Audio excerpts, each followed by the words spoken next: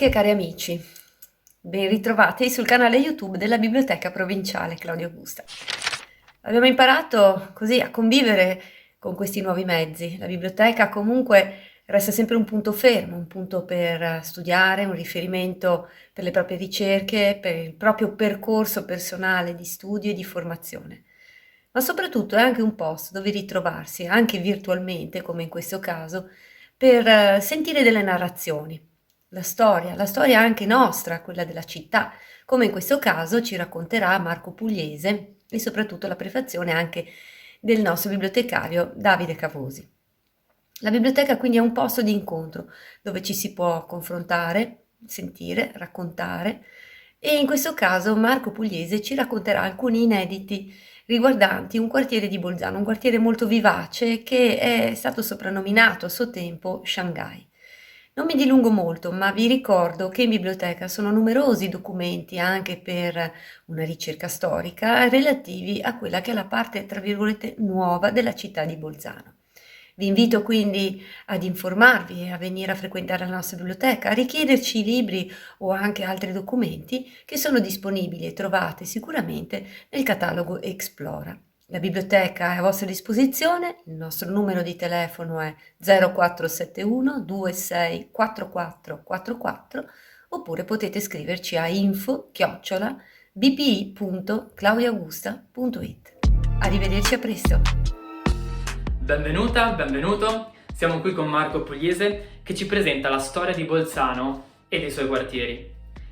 In quello che sarà un vero e proprio viaggio tra architettura e ideologie, tra lo sviluppo economico che ha caratterizzato un'epoca e le relative decisioni politiche, ecco che noi avremo l'occasione di riflettere su come le nostre vite individuali, le nostre abitudini, in qualche modo vadano a dipingere uno scenario molto più vasto, a tratti sorprendente, che è quello della storia di una comunità. Saremo accompagnati in questo da delle immagini di repertorio, delle vere e proprie finestre su un tempo lontano, su una Bolzano che non siamo più abituati a vedere in quel modo. Non mi resta che chiedervi di iscrivervi al canale e anche di schiacciare sul pulsante della campanellina in modo tale da poter essere avvisati ogni volta che caricheremo un nuovo video. Buona visione!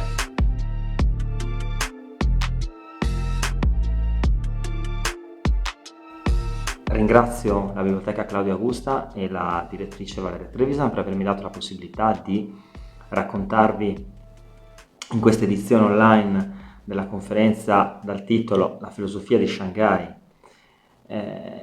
qualcosa di più specifico ed interessante riguardo questo rione caratteristico della città di Bolzano. Ringrazio perché penso che sia una delle zone della nostra città più sentite, soprattutto da parte del gruppo italiano, che ha visto nascere e crescere quel rione fino ad oggi.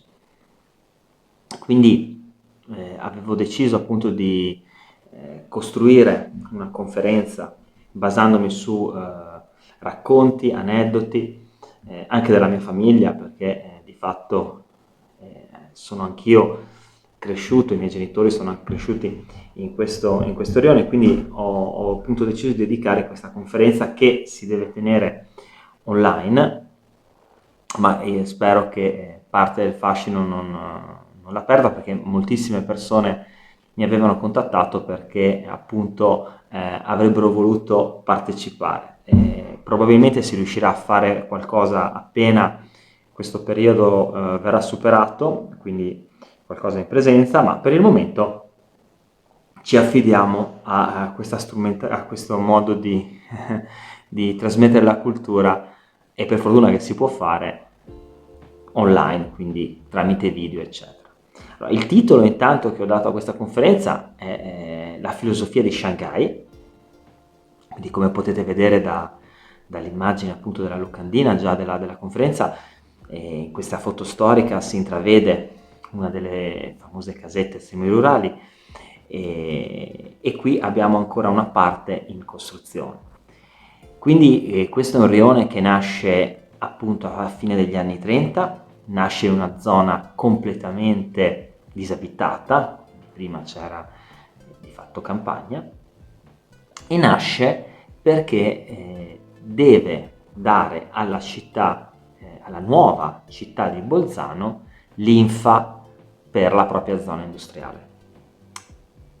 Il rione, che ovviamente al tempo aveva la denominazione di Dux, cioè era dedicato al duce, nasce proprio da un punto di vista concettuale e politico, per volere del regime fascista. Perché la scelta del nome Dux e perché soprattutto la scelta di casette e non di case più grandi? Ad esempio il rione Littorio, che è l'odierno, adesso si troverebbe in piazza Matteotti, quella parte lì di Bolzano. Per esempio il rione Littorio ha queste case molto più grandi, ha una struttura completamente diversa rispetto a un rione come quello ex Dux, che poi appunto nel dopoguerra avrà anche la denominazione, adesso è Don Bosco, e avrà la denominazione di Shanghai, perché ricordava la città cinese, perché appunto pullulava, era come un grande paese. Perché però questa scelta? Perché il regime volle di fatto mettere i lavoratori della zona industriale in una condizione che ricordasse loro le proprie origini. Infatti anche appunto una mia cara zia che abitava in queste, noi le si chiamava casette, casette, in queste casette aveva appunto delle origini rurali. Quindi Mussolini volle, e qualcuno qui disse che ordinò agli architetti di dare questa forma proprio di casa rurale che ricorda un po' le case che troviamo soprattutto in Emilia-Romagna, proprio la forma squadrata, il tetto, è molto diversa l'architettura di queste casette rispetto a quella che abbiamo qui a Bolzano, ma appunto ha voluto ricordare proprio, qualcuno disse, addirittura la sua casa natia. Quindi c'è proprio una volontà da parte di Mussolini di portare a compimento quel processo di completa italianizzazione della città di Bolzano. Ecco, il rione Dux, poi Shanghai, eccetera, diventa appunto un rione che spinge verso questa direzione. In realtà però il rione nacque anche senza parecchi servizi, quindi diventò difficoltoso per un certo periodo di tempo per i suoi abitanti riuscire a integrarsi completamente nel tessuto cittadino, perché ricordiamo la città di Bolzano nasce dove c'era l'odierno centro storico, Gries era un comune a sé stante, quindi il tram che venne costruito verso Gries di fatto collegava due comuni distinti, poi vennero uniti, e il progetto di Bolzano in realtà era un pochino più esteso rispetto a quello che siamo abituati a pensare, cioè il Bolzano avrebbe dovuto diventare una città da 300.000 abitanti, più o meno. Chiaramente adesso questa cifra appare assolutamente mastodontica, però in realtà con i progetti del tempo, quindi se voi guardate bene come sono state strutturate anche le vie verso il centro storico, quindi quello che avrebbe dovuto essere il nuovo centro, cioè dovete completamente cambiare prospettiva. Quindi dovete pensare che la stazione dei treni sarebbe stata spostata dove adesso c'è di fatto il ponte Roma, quindi quella sarebbe stata la zona della stazione e quindi con un certo traffico. Il ponte Roma avrebbe inserito i viaggiatori all'interno della nuova città, quindi della nuova città italiana, che aveva come fulcro Piazza della Vittoria.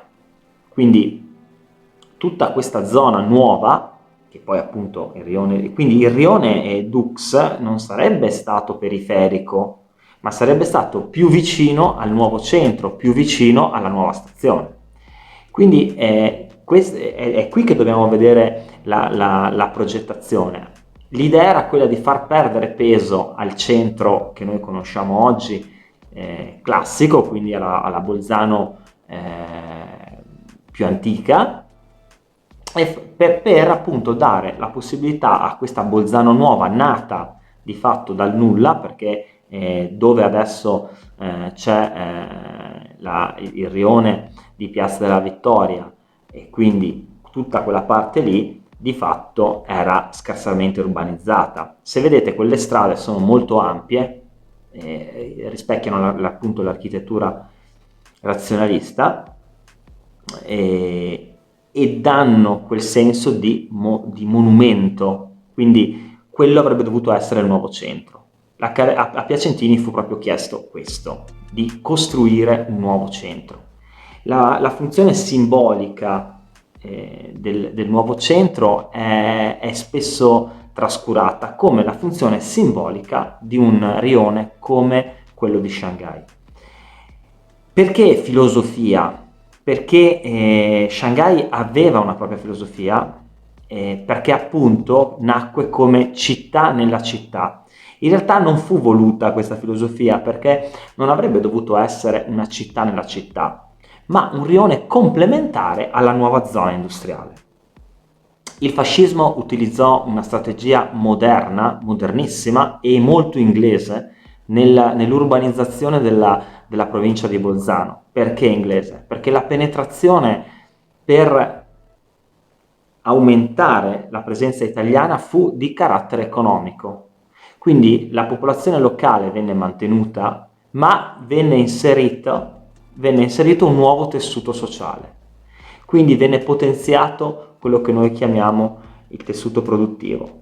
E allora venne creata da zero la zona industriale e soprattutto vennero chiamati personaggi come Falk per costruire delle aziende che avessero una potenza economica rilevante. Quindi le acciaierie non furono normali acciaierie, perché qui si fanno degli acciai speciali tutt'oggi. E in queste acciaierie che divennero il simbolo della Bolzano di quel periodo in realtà, perché la produzione industriale è sinonimo, e soprattutto negli anni 30 fu sinonimo di potenza, e quindi è una dimostrazione di forza del regime. In realtà è la zona industriale che aveva una valenza simbolica molto elevata, e quasi di più di quel monumento tanto contestato. Perché? Perché di fatto andava a spostare la valenza di tutta l'economia della nostra terra a livello strategico, cioè si spostava da un'economia rurale a un'economia industriale. Quindi questo è il grande messaggio in realtà. Poi vi furono anche Falk, ad esempio, quando Mussolini raccolse gli industriali a Roma e propose loro di appunto urbanizzare a livello industriale la città di Bolzano. Quindi il rione Shanghai fa parte di questa urbanizzazione. I suoi operai sono coloro i quali avrebbero dovuto dare alla città di Bolzano un nuovo slancio da un punto di vista economico e industriale. In parallelo Mussolini disse agli industriali che avrebbero avuto dei terreni a dei prezzi abbordabili, e quindi appunto sono sorte tutta una serie di fabbriche. Falk fu molto onesto invece nel pagare questi appezzamenti, perché ricordo che lì c'era campagna, e cercò di non inimicarsi appunto le persone della zona.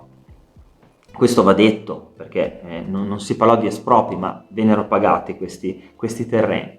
Quindi, sorta questa zona industriale, ci si doveva mettere dentro gli operai. Non era possibile lasciare gli operai in baracche. Io ricordo mio nonno materno raccontava che appunto lui per un periodo, lui lavorava all'acciaieria e aveva vissuto in baracche, e quindi questi operai dovevano poi essere sistemati in un qualcosa di più di normali baracche, e vennero sistemati nel rione apposito. Ovviamente questo rione, siccome la maggioranza era di estrazione contadina, doveva essere il più vicino possibile alle loro dimore d'origini, e quindi venne scelta la casetta. Quindi pensate che dietro a quell'architettura a cui molti bolzanini sono affezionati, perché poi dopo la seconda guerra mondiale di fatto decadde tutto questo discorso simbolico e questo discorso di potenza della nazione, perché appunto ci fu la sconfitta dell'Asse, ci furono tutta una serie di gravi attentati al quieto vivere anche in Alto Adige, perché dopo il 43 anche qui ci fu l'invasione nazista, eccetera eccetera. Quindi nel dopoguerra questo rione divenne come un grande paesone, perché appunto le persone, molti che tornarono dalla guerra più che altro italiane, molti avevano lavorato sotto le bombe, fecero tra virgolette squadra all'interno di questi vicoli, si creò proprio una società nella società, e una società che di fatto era dedicata o venne creata all'interno del gruppo italiano, perché quasi adesso c'è anche una forte parte di madrelingua tedesca nel nuovo rione Don Bosco, però al tempo era prettamente italiano. Questo è per far capire quanto sia stata importante la costruzione di quel rione. È chiaro che dopo scoppiò la seconda guerra mondiale e vennero meno alcuni servizi, infatti qualcuno ricorderà anche le vecchie scuole Don Bosco, di fatto erano dentro, le vecchie scuole anche San Filippo Neri erano dentro contenute all'interno di una vecchia casa semirurale, quindi i servizi non erano esattamente, li chiamavano, insomma c'erano tutti questi nomignoli anche delle strade, le scolette appunto, non erano stati strutturati i servizi, e quindi divenne importantissimo per esempio la chiesa. Perché? Perché la chiesa divenne un luogo in cui i ragazzi potevano frequentare anche l'oratorio, quindi un luogo di incontro e di aggregazione, divenne molto importante. E fu uno dei primi, tra virgolette, servizi di questo quartiere. Poi ci fu un'emancipazione, perché questi figli di operai o comunque di persone che avevano svolto questo compito, la maggioranza appunto lavorava in acciaieria o comunque nelle fabbriche della zona industriale, quindi di questa nuova Bolzano. È interessante perché a mio avviso c'è stata poi una sorta di emancipazione, perché moltissime persone nate e cresciute in questo quartiere poi sono diventate persone di cultura, intellettuali, quindi hanno studiato, hanno fatto l'università e si sono emancipati. Quindi questo quartiere ha dato anche una spinta intellettuale alla nostra città, quindi è partito come quartiere operaio ma poi è diventato altro. C'è proprio una filosofia dietro a tutto quello che è successo negli ultimi 70 anni in questa porzione di Bolzano, e questa filosofia è proprio quella dell'emancipazione. Quindi ci sono persone con cui si può parlare ancora, che ti raccontano di quanta nostalgia abbiano, perché non vedono più quel tipo di architettura, quei vicoli dove appunto si andava a giocare. Io stesso ho vissuto un po' la coda, perché poi negli anni 90 di fatto hanno demolito tutto. Con la fine degli anni 90 il quartiere aveva completamente cambiato la propria faccia, ma ho avuto la fortuna di vederlo negli anni 80 e 90 quasi completo, quindi quasi come lo poteva aver visto un ragazzino degli anni 50-60. E devo dire la verità che effettivamente sembrava, io non abitavo in quel rione, quindi abitavo in un'altra zona, e devo essere sincero che sembrava di essere all'interno di un paese, cioè tu eri all'interno di un'altra cosa rispetto al resto della città. E poi bisogna anche dire che la parte della città vecchia, quindi tutta la Bolzano più vecchia, ma anche la Bolzano costruita più recentemente ma più verso il centro, di fatto non aveva grandi interazione con la parte di Shanghai, che ricordo non ha niente a che fare con l'odierna piazza Matteotti. Quello era il rione Littorio, quindi a Shanghai ci stavano praticamente, era il rione proprio operaio. Il rione Littorio era una via di mezzo, quindi poteva esserci la famiglia operaia ma anche la famiglia che poteva lavorare nel terziario piuttosto. Poi c'era il rione Venezie, che era dedicato praticamente alla parte monarchica della diarchia italiana. Sapete, la diarchia, Mussolini il re, e Mussolini una volta diventato dittatore si costruì tutta una serie di strutture, quindi la milizia, un esercito di fatto personale, però non tolse nulla al re. Di fatto il re rimase con il suo esercito, i suoi ufficiali e tutta la monarchia, eccetera. Quindi questi monarchici, questi burocrati della parte non fascista ebbero il rione Venezia, che di fatti non ha un'architettura razionalista, ha un'architettura completamente diversa. Invece i funzionari nominati proprio dal fascismo se ne stavano dove c'è appunto la Piazza della Vittoria. Piazza della Vittoria che era il fulcro, il foro della vittoria, così chiamato. Mussolini si rifaceva appunto all'epoca romana, possiamo appunto vedere ancora anche il Ponte Druso, per esempio, che è stato costruito qui in queste foto storiche, lo vediamo ancora con le aquile, e poi si arriva all'Eurac. Ecco, per esempio, le strutture del Lido, dell'Eurac, hanno un forte valore simbolico, perché il Lido dall'alto, nella versione originale, scrive una L, quindi la L di Littorio, e l'ex Eurac l'ex Gil, che oggi è Eurac, non ex Eurac, perdonate il refuso, invece aveva una valenza simbolica perché Mussolini nella parte della torre, quindi quella torre che vedete arrivando da Ponte Druso, di fatto quella torre non ha una valenza, non ha un significato, ma ha un significato simbolico, cioè non ha una funzione, non ha una vera funzione, è vuota, ma ha un significato simbolico. Venne ripresa dalla famosa frase di Mussolini: per ogni campanile voglio un campanile fascista, quindi una torre fascista. Ed è uno dei motivi per cui la chiesa Cristo Re fu costruita senza campanile. Se notate, anche quella è una questione molto simbolica, la chiesa Cristo Re è posta vicino agli uffici finanziari oggi e al tribunale, ma gli uffici finanziari avrebbero dovuto essere la casa del fascio, quindi il potere della chiesa doveva essere assoggettato al potere dello Stato fascista in quel caso, che stava davanti al tribunale, quindi era in mezzo al potere fascista e dava questo segnale, cioè ci siamo noi che controlliamo sia la parte riguardante la giustizia, sia la parte riguardante la giustizia divina, quindi tra religione e giustizia in mezzo a mediare e a controllare lo Stato fascista. Questo triangolo che non si trova praticamente da nessuna parte e molti si chiedono ma perché non c'era il campanile, perché Mussolini non apprezzava campane e campanili. Sapete, lui era in forte polemica con la Chiesa, fu poi l'artefice dei patti lateranensi, ma in realtà lui fu anticlericale da sempre, la sua anima socialista di fatto lo rese anticlericale, quindi abbiamo delle proiezioni della sua mentalità anticlericale anche a Bolzano, cioè per come è costruita e dove è stata posta la Chiesa Cristo Re, gli uffici finanziari e il tribunale.